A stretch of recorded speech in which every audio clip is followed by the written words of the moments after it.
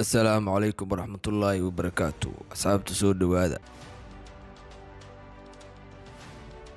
jaridda Times ayaa faafisay xog ku saabsan basaaskii masaariga ahaa ee Ashraf Marwan oo xoga iftiiminaya aan kaga soo hadalnay dokumentariga aan turjunay balse muuqaalka waxaan tooshka ku ifin doonaa masiirka basaaskan jaridda Times ee hore aan ku soo sheegnay ayaa ka soo xigtay wargeys ka soo baxay Israa'iil oo ay ku wareysatay askarigii sida tooska ah oo la shaqeeyay Ashraf Marwan askarigii Israa'iiliga ah ayaa yidhi waxaan markii ugu horeysay aan ku kulannay hoteelka Royal Lancaster ka soo horjeedana beerta Hyderabad ee caanka ah sanadku markuu ahaa 1 Diseembar 1970 waana 3 bilood kadib dhimashadii Allah u naxariistay madaxweynihii Masar Jamal Abdel-Nasser oo geeriyooday 28 Sebtembar isla sanadkaas balse Ashraf Marwan xiriir qarsoodi ayuu la lahaa Israa'iil inta aanu dhiman sodoggiisa Jamal Abdel-Nasser daada Ashrafna ay ahayd 26 sano isagoo askarigii hadalkiisa sii watay ayuu yidhi waxaan anigu ka qaadi jiray xogta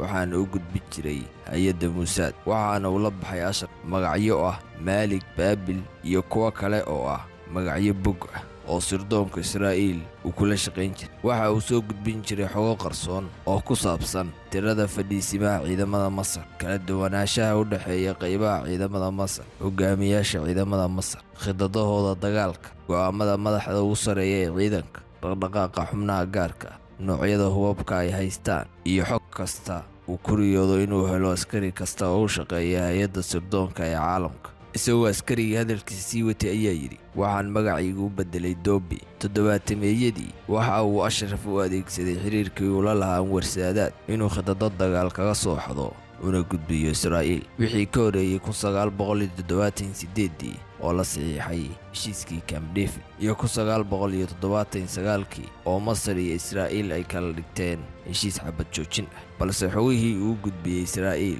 dagaalkii Oktoobar inta aanu bilaabmin ayaa ahayd wixii ugu muhiimsanaa ee Israa'iil uu gudbiyay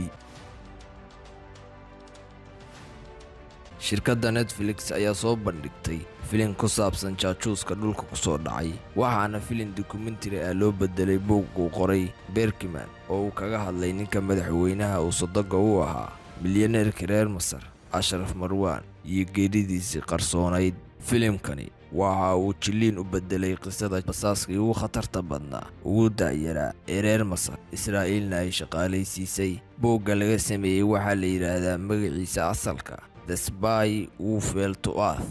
wuxuu filimkaasi soo bandhigayaa noloshii uu ku qaatay Ingiriiska 80meeyadii iyo ilaa dhimashadiisii kadib markii uu ka soo dhacay biyaanada shanaad xilliguna uu ahaa doorka kadib maalin Arbaco ah 7 Juun 2007 dabaq ku yaal London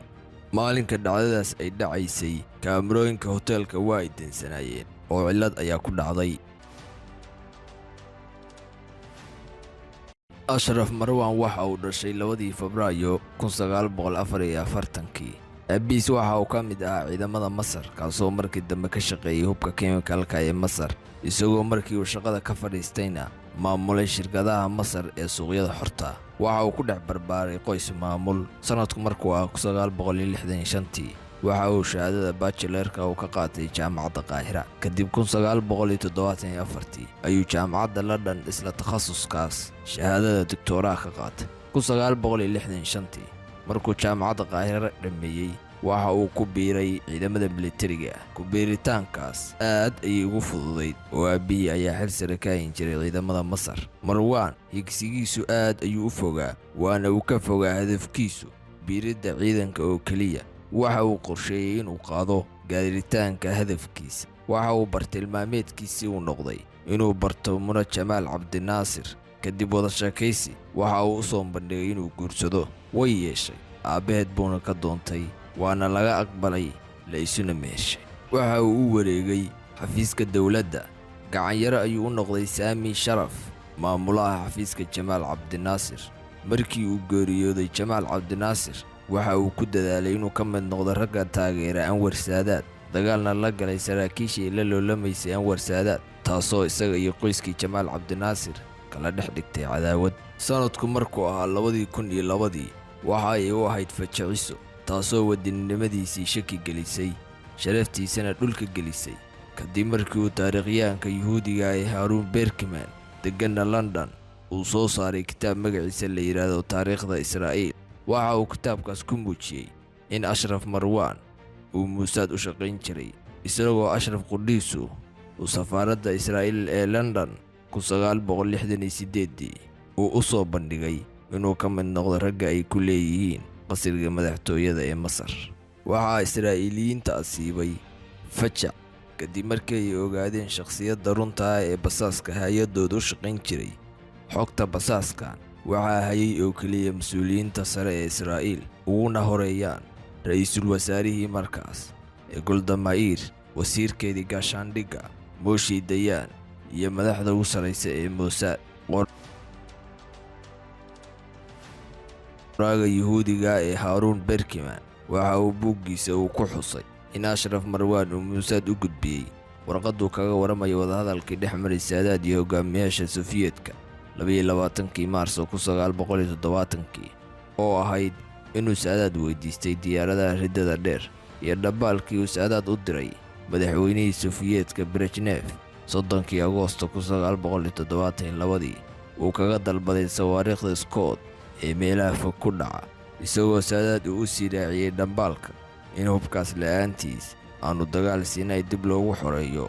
qaadi karin. sidoo kale waxa uu Ashraf u gudbiyey hay'adda sirdoonka ee Mossad xog ku saabsan ismiidaamiyaashii reer Falastiin uuna hogaaminayay Amin Handi, kuwaasoo qorsheynayay inay qarxiyaan diyaaradda Kaal ee magaalada Roma, iyagoo raggaas ay u argudayeen diyaaraddii Liibiya ee Israa'iil ay soo riday. Israa'iil waa ay ku guulaysatay inay fashiliso howlgalkaas, ugana mahadnaqday Ashraf Marwan xogtii uu soo gudbiyey. balse xogtii uu qarxiyey qoraagu ayaa ah in Ashraf uu 4 Oktoobar 1973 uu codsaday inuu la kulmo Zamir, madaxweynaha Mossad. maalintii ku xigtay ayuu London u duulay Zamir oo 5 Oktoobar noqonaysa, balse Zamir ayaanan dhag jalaq u siin warkii uu u sheegay Ashraf. isla galabtii oo 5 Oktoobar ah waxa uu Ashraf gaarsiiyey Israa'iil in dagaal uu bilaaban doono beri oo 6 Oktoobar ah. waxa uu fayday wargeyska Waynet Israa'iil in Ashraf uu dagay Israa'iil.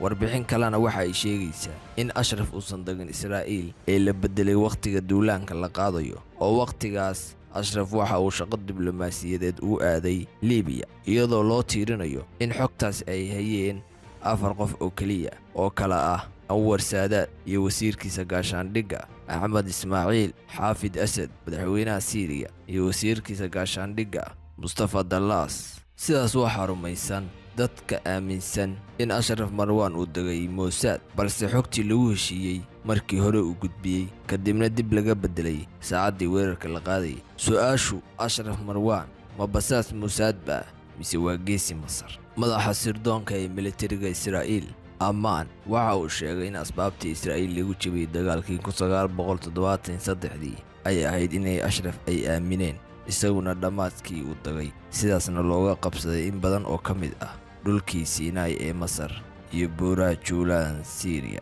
isagoo hadalkiisa sii watay ayuu yidhi Ashraf warbixintii uu u gudbiyey ee ahayd in Masar aysan dagaal geli karin la'aanta sawaariikhda Scott, dhabtiina ma aysan helin Masar sawaariikhdaas. sidaas ayay Israa'iil ugu qanacday inaysan Masar dagaal ku dhawaaqay. sargaalka ayaa hadalkiisa iska sii watay oo yidhi sidee bay suurtagal u tahay in mas'uul sare oo Masri ah uu yimaado safaaradda Israa'iil ee London maalin cad, waana waqti ay og yihiin in safaaraddaas ay hormuud u tahay iyada iyo safaaradaha kale inay basaasin ku dhex beerto dowladaha caalamka. dadka aragtida sarkaalkaas taageersan ayaa aaminsan in Ashraf uu yahay basaas ay ciidamada Masar ku dhex beereen Israa'iil. basaaska noocan oo kale ah waxaa loo yaqaan double agent ama camiilul mustawij ama laba kaarle, iyadoona xukuumadda Masar ay sii dhexmarsanaysay Ashraf xogo khatar ah oo isugu jira run iyo been. waxayna intaasii raaciyeen in 2005 basaas Mossad u shaqeeya uu duubay muuqaal Ashraf iyo Xusni Mubaarak oo gacmaha isgelinaya cabbaarna wada sheekaysanaya, oo hadduu Ashraf ahaan lahaa basaas dalkiisa khiyaamay, madaxweynaha dalkii uu khiyaamay ma uusan soo dhaweysteen. waana la og yahay Masar inaysan ka daba harin dadka khiyaama oo xoga ku saabsan cadowga u gudbiya. madaxweynihii hore ee Masar Xusni Mubaarak geeriyoodayna sanadkii tegay ayaa warbixin uu bixiyey ku sheegay in Ashraf Marwan uusan jaajuus Israa'iil la shaqeeyey dalkiisana khiyaamay uusan ahayn ee uu ku danaysanayay Mossad una u tiirinayo hadalkiisa in xogtii uu soo gudbiyey hay'adda Mossad ee ahayd in dagaalku uu bilaabanayo 6 Oktoobar 6 saac markay tahay dagaalkuna uu bilowday 2 saac kadib taasoo warbixintaas khaldanayd ay u horseeday Israa'iil jasiirad lamoodka Siinay ay Masar ka soo ceshato intiisii badnayd. wiilka Ashraf Marwan waxa uu qabay gabadha Camar Muusa wasiirka arrimaha dibadda ee hore ee Masar waqti Camar uu hayay jago u suurtagelin karta inuu daalaacdo xogaha Ashraf fadeexeeyana waxa uu leeyahay sargaalku hadduu Ashraf khaa'in ahaan lahaa Camar Muusa uma ogolaadeen inuu Ashraf wiilkiisu uu gabadha guursado iyagoo 15 sano kadib kala tegay isuna dhalay wiil iyo gabar. waxaa Ashraf laga qoray 8 boog oo noloshiisa ka hadlaysa lagana sameeyay hal filim oo ay soo saartay Netflix. muuqaalkeena intaanu ka eegyahay. wassalaamu calaykum waraxmatullaahi wabarakaatuh.